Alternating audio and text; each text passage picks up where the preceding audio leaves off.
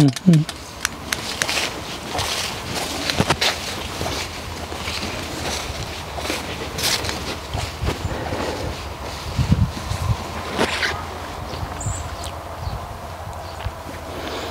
am Marko Pogac. I come from Slovenia. I hope you will understand my English, which is not American English, but okay. I am working since 40 years in the field that is usually called earth healing, but I do not agree with the concept of earth healing, but also not with the need of the earth repair. I think that the earth is perfectly okay, she is well, but she is in a very intense process of change, transformation and transmutation. So I will try to convey to you my experiences and also the tools that I use in my work. Maybe it is important to say that I come to this work from arts. I am an artist of the 60s. I took part in development of new artistic expression forms like land art, conceptual art, fluxus, and so on in the 60s. And my practice that we are interested in here developed from art and artistic imagination.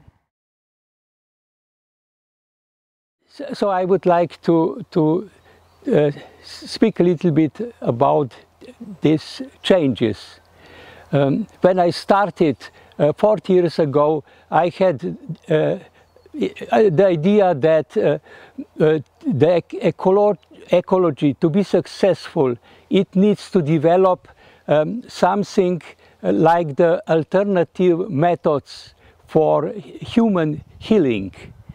So I started with acupuncture. I had very good experience with acupuncture on my body.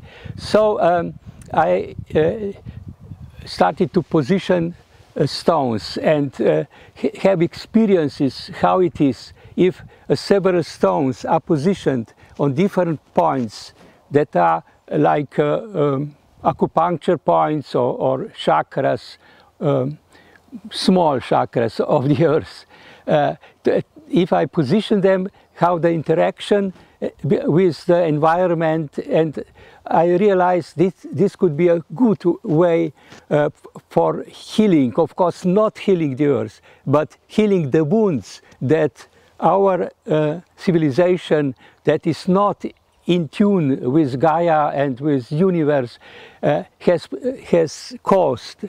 Wounds through warfare or through wrong use of earth resources and massive destructive emotions, etc.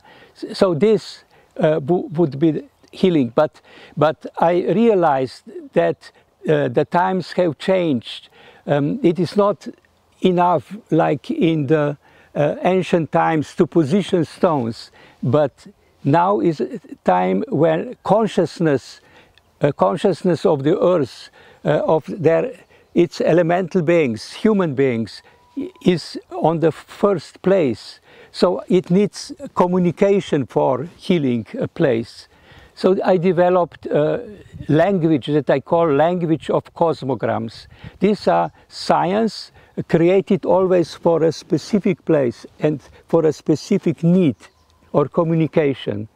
And they are carved upon the acupuncture stones. I call lithopuncture because it is, lithos means in Greek stone. It is a kind of touching the earth, like acupressure, touching with the stone, and then communicating through cosmograms, communicating with the place. So it is not healing the place, but it is a process in collaboration with the place and its beings to overcome those blockages or traumas, to dispel the fog that often is around places and prevents their full presence and the full service to life. But then at the beginning of the 90s, when I published something about my work, more and more people were interested and said, yes, this is the right thing, we would like to help. So I started to work with groups. Then of course I had to change the tools. It was not possible to carve stones with groups. So I started to use sound, like the group would stand on a specific point and make sounds intuitively, find the proper sound for that place. It is a kind of acupuncture through sound. And then other forms are gestures, movements. I discovered that certain movements create a language that the earth can understand, the earth and its beings can understand.